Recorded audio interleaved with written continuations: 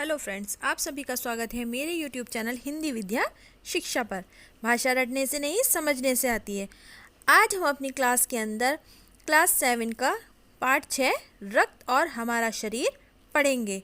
इस चैप्टर के अंदर ब्लड की हमारे शरीर में क्या उपयोगिता है, उसकी कमी से क्या क्या हो जाता है, वो किस तरह से बनता है, सेल्स क्या होते हैं, ये सब बताया गया है। चलिए तो वीडियो स्टार्ट करते हैं। रक्त और हमारा शरीर, page number 34, chapter 6। Divya Anil की छोटी बहन है। यूँ तो वह शुरू से ही कमज़ोर है, लेकिन इधर कुछ दिनों से उसे हर समय थकान महसूस रहती है। मन किसी काम में नहीं लगता, भूख भी पहले से कम हो गई है। अस्पताल उसे डॉक्टर ने देखा तो कहा, लगता है दिव्या के शरीर में रक्त की कमी हो गई है, जांच कराकर देखते हैं। यह कहकर उन्होंने दिव्या को रक्त की जांच के लिए पास के एक कमरे में भेज दिया। वहां अनिल को अपनी ही जान पहचान की डॉक्टर दीदी दिखाई दी। डॉक्टर दीदी ने कहा, कहो अनिल कैसे आना हुआ। अनिल ने बताया कि डॉक्टर ने दिव्या को खून की जांच के लिए आपके पास भेजा है। इस स्टोरी में एक बच्चा है, उसका नाम अनिल है, और उसकी जो छोटी बहन है वो पहले से दुबली पतली है, परंतु क्या है, अब वो बहुत ज़्यादा थकान महसूस कर रही है और खाना पीना भी उसका कम हो गया है। तो उसको डॉक्टर को दिखाया गया, तो डॉक्टर ने कहा कि लगता है कि इसके अंदर ब्लड की कमी आ गई। तो उन्होंने उसको टेस्ट करने के लिए क्या है, बराबर के रूम में भेज दिया। तो वहाँ पर अनिल को उसकी जान पहचान की ही डॉक्टर दीदी मिल गई। तो वो उससे कहने लगी कि और भाई अनिल, तुम यहाँ कैसे, जब इंसान को कोई जान पहचान का कोई मिलता है तो वो पूछता है कि भाई तुम बताओ कैसे आए। तो कहने लगा कि डॉक्टर ने मेरी बहन को यहाँ ब्लड टेस्ट के लिए भेजा है। इतना सुनते ही डॉक्टर दीदी ने दिव्या की उंगली से रक्त की कुछ बूंदें छोटी सी शीशी में डाली और स्लाइड पर लगा दी। फिर अनिल से बोली, अनिल तुम कल अस्पताल से रिपोर्ट ले जाना। अगले दिन अस्पताल पहुंचकर अनिल ने डॉक्टर दीदी के कमरे में दरवाजे पर दस्तक दी। भीतर से आवाज़ आई, आ जाओ। अनिल ने कमरे में प्रवेश किया, यानी कि उन्होंने उस बच्ची की क्या है, ब्लड के सैंपल ले लिए। और ब्लड सैंपल लेने के बाद उसे शीशी में रखा। और जब आप लोगों ने देखा होगा किसी का ब्लड टेस्ट हुआ होगा तो एक स्केल टाइप का होता है शीशे का, उसके ऊपर लगा लिया। और उसके भाई से कहा कि कल तुम आकर इसकी रिपोर्ट ले जाना। अगले दिन जो था, उसका भाई अनिल डॉक्टर दीदी के पास गया और उसने दरवाजे के अंदर जाने से पहले दरवाजे को नॉक किया। तो उन्होंने कहा कि अनिल तुम अंदर आ जाओ। डॉक्टर दीदी सूक्ष्मदर्शी यानी कि माइक्रोस्कोप द्वारा एक स्लाइड की जांच कर रही थी। दीदी के इशारे से वह पास रखी एक कुर्सी पर बैठ गए। स्लाइड की जांच पूरी होने पर डॉक्टर दीदी ने साबुन से हाथ धोए और तौलिए से पोंछती हुई बोली, अनिल दिव्या को एनीमिया है, चिंता की बात नहीं है, कुछ दिन दवा लेगी तो ठीक हो जाएगी। अनिल के मन में जिज्ञासा हुई, मतलब अंदर से वो हुई, फीलिंग हुई कि आखिर पता करना चाहिए एनीमिया होता क्या है। कोई भी होगा उसको क्या है, अंदर से एक बेचैनी होगी उसको जानने की। दीदी एक सवाल पूछूं, जो है अनिल ने कहा। अनिल ने के मन में जो है कहा, जब जिज्ञासा होने लगी तो उसने सवाल पूछा। तो उन्होंने कहा कि हाँ पूछो। तो एनीमिया से आपका क्या मतलब है दीदी, उसने पूछा।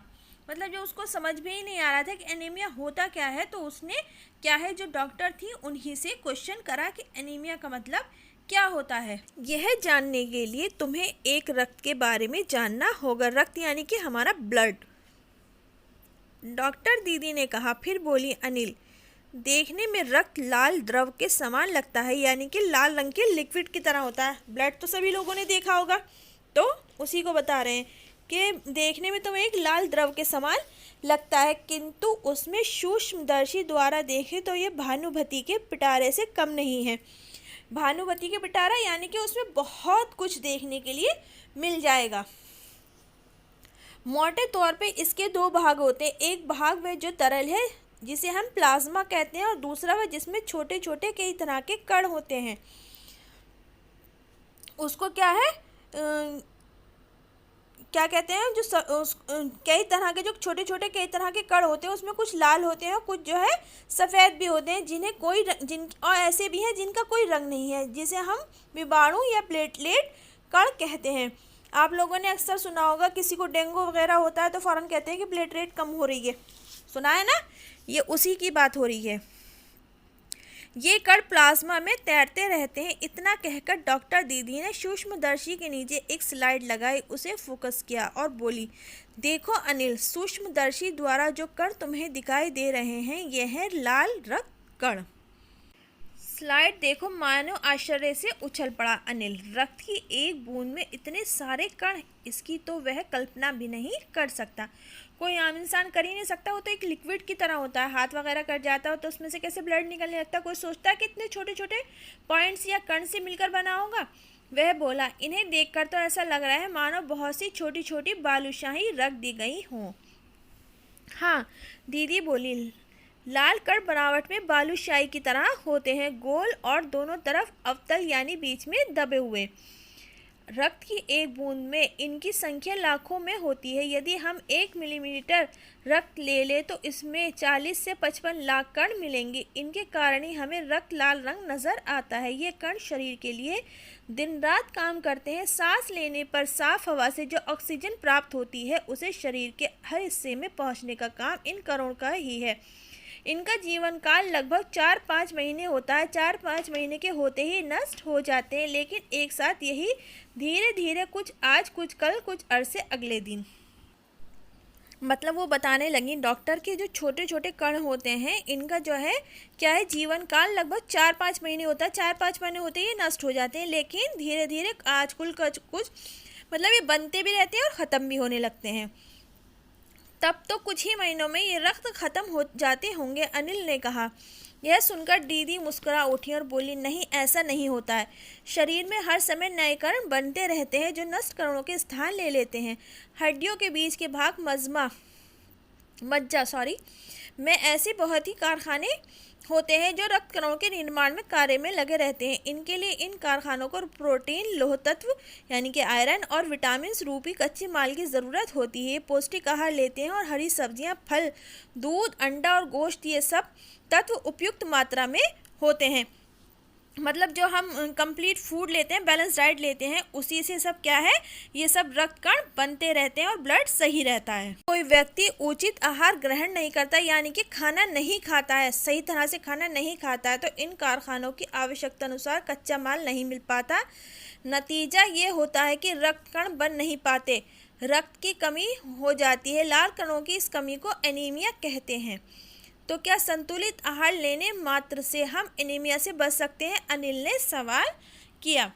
तो पूछने लगा कि यदि जो खाना नहीं खाएगा सही तरह से पूरी डाइट नहीं लेगा तो उसके जो है ब्लड ही नहीं बनेगा, लाल कण नहीं बनेगा। जब लाल कण नहीं बनेंगे तो एनीमिया होने की दिक्कत हो सकती है।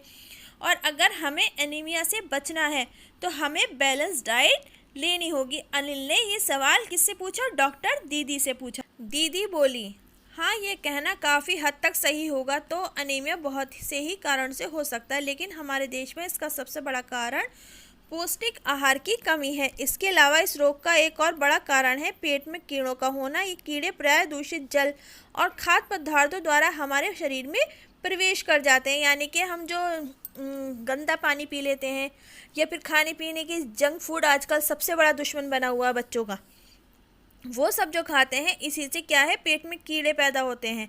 अतः इनसे बचने के लिए ये आवश्यक है कि हम पूरी सफाई से बनाए गए खाद्य पदार्थों को ग्रहण करें। वो कहाँ मिलेंगे हमें? घर के खाने में, जो कि बच्चे नहीं खाते हैं। ठीक है ना, आप लोग भी यही करते होंगे। भोजन करने से पूर्व अच्छी तरह से हाथ धो लें और साफ पानी ही पिएं। और हाँ, अनिल, एक किस्म के कीड़े भी हैं जिनके अंडे ज़मीन की ऊपरी सतह में पाए जाते हैं। इन अंडों से उत्पन्न हुए लावा त्वचा के रास्ते शरीर में प्रवेश कर आंतों से अपना घर बना लेते हैं। इनसे बचने का सहज उपाय है कि शौच के लिए हम शौचालय का ही प्रयोग करें और इधर उधर नंगे पैर ना घूमें। तो खाने के अलावा उन्होंने क्या है, ये सब चीज़ें भी अनिल को बताएं कि किस तरह से एनीमिया से बचा जा सकता है। दीदी, ये तो बहुत ही महत्वपूर्ण बात बताई आपने, अनिल बोला। वाकई में ये बहुत महत्वपूर्ण बात है। अगर इसको देखा जाए तो हम अगर इसके ऊपर फॉलो करें तो क्या है, हम अपने बच्चों को कुपोषण से बचा सकते हैं। यानी कि जो बच्चे कमज़ोर हो जाते हैं उनको इस चीज़ से बचाया जा सकता है। अनिल बोला। वह पल भर सोच में डूब रहा, फिर बोला, आपने बताए थे रक्त में सफ़ेद कण और बिम्बाणु यानी कि प्लेटलेट कण भी होते हैं, शरीर में इनका क्या काम होता है? मतलब उन्होंने, डॉक्टर ने बता दिया कि लाल कण जो होते हैं उनका क्या काम होता है। अब उसके मन में और जिज्ञासा हुई कि अब लाल कण का ये काम है, तो जो सफ़ेद कण और जो प्लेटलेट होती हैं कण, उनका क्या काम होता है शरीर के अंदर? दीदी बोली, सफ़ेद कण वास्तव में हमारे शरीर के लिए वीर सिपाही हैं। जब रोगाणु शरीर पर धावा बोलने की कोशिश करते हैं, यानी कि बीमारियां पास आती हैं, तो सफ़ेद कण उन्हें डटकर मुकाबला करते हैं और जहां तक संभव होता है रोगाणु को भीतर घर नहीं करने देते। बस संक्षेप में ये मान लो कि वह बहुत ही रोगों से हमारी रक्षा करते हैं। समझ में आ गया? जिस तरह से आप एक आर्मी हमारे देश की जो है सीमाओं की रक्षा करती है ना, उसी तरह से जो हमारे ब्लड के अंदर सफ़ेद कण होते हैं ना, वो बीमारियों से हमारी रक्षा करती हैं, हमारी बॉडी के अंदर रोगों को जाने ही नहीं देती हैं। और बिम्बाणुओं का काम होता है चोट लगने पर रक्त जमाव क्रिया में मदद करना, यानी कि जैसे आपके कोई चीज़ लग गई है, हाथ कट गया है या गिर गए हैं तो एकदम से ब्लड बहने लगता है। तो जो बिम्बाणु होते हैं यानी कि प्लेटलेट होती हैं, उनका क्या काम होता है? उसको रोक देना और उसको मतलब जमा कर देना। एकदम से आपने देखा होगा कि ब्लड जम जाता है और जमने के बाद वो खुरन टाइप का हो जाता है, वही। रक्त के तरल भाग प्लाज्मा में एक विशेष किस्म की प्रोटीन होती है जो रक्तवाहिका की कटी फटी दीवार में मकड़ी के जाले के समान एक जाला बुन लेती है। बिम्बाणु इस जाले में चिपक जाते हैं। इस तरह से दीवार में आए दरार भर जाती है, जिससे रक्त बहाव निकलना बंद हो जाता है। अनिल बोला, दीदी लेकिन घाव गहरा हो तो खून बहता ही चला जाता है। हाँ, ऐसे समय में उस व्यक्ति को जल्दी से डॉक्टर के पास ले जाना चाहिए। ज़रूरत समझने पर ऐसी स्थिति से निपटने के लिए कुछ टाँके भी लगाने पड़ सकते हैं, किंतु डॉक्टर के पास पहुंचने तक चोट के स्थान पर कसकर एक साफ कपड़ा बांध देना चाहिए। दबाव पड़ने से रक्त का बहना कम हो जाता है, जो उस व्यक्ति के लिए काफ़ी लाभप्रद होता है, क्योंकि ज़्यादा ब्लड बह जाएगा तो क्या है, प्रॉब्लम ज़्यादा बड़ी हो जाएगी। किंतु अगर बहुत अधिक रक्त जो है बह जाए तो उस रक्त चढ़ाने की ज़रूरत भी पड़ सकती है, दीदी समझाते हुए कहने लगी। अनिल ने कहा कि ऐसे समय में किसी भी व्यक्ति का खून काम आ सकता है। दीदी बोली, अनिल, हर किसी का रक्त एक सा नहीं होता। कुछ विशेष गुणों के आधार पर रक्त को 4 मुख्य वर्गों में बांट दिया गया है। ज़रूरतमंद व्यक्ति के रक्त समूह की जांच करने के बाद ही उसे रक्त समूह का रक्त चढ़ाया जाता है, लेकिन ज़रूरत के समय यदि उस रक्त समूह का कोई और व्यक्ति मिले ही नहीं, अनिल ने पूछा।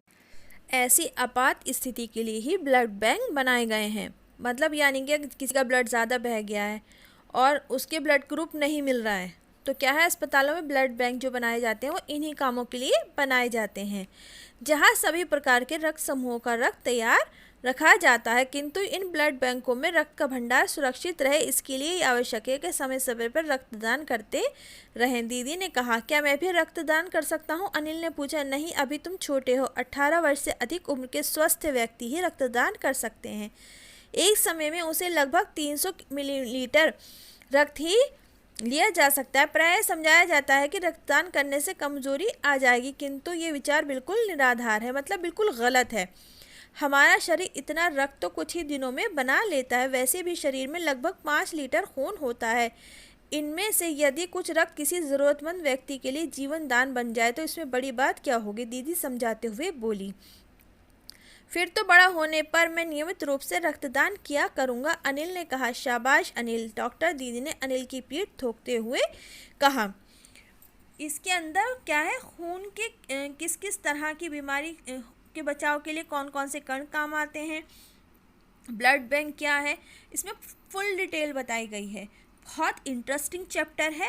वीडियो की स्किप मत कीजिएगा, बहुत ध्यान से पढ़िएगा। और हो सकता है आपके आसपास कुछ इस तरह के बच्चे हों जिनमें क्या है, खून की कमी से परेशानी हो रही है, तो हो सकता है आपको ये चैप्टर जो है समझने में और पढ़ने में क्या है, उनकी परेशानियों को भी दूर कर दें। तो क्या है, आप जो है इस चैप्टर को स्किप मत कीजिएगा और अपने फ्रेंड्स ग्रुप में लाइक जो है इस मेरे चैनल को शेयर करिएगा। वीडियो को लाइक, शेयर और सब्सक्राइब करे बिना मत जाइएगा, क्योंकि एक सब्सक्राइबर बहुत ज़्यादा खुशी देता है। धन्यवाद।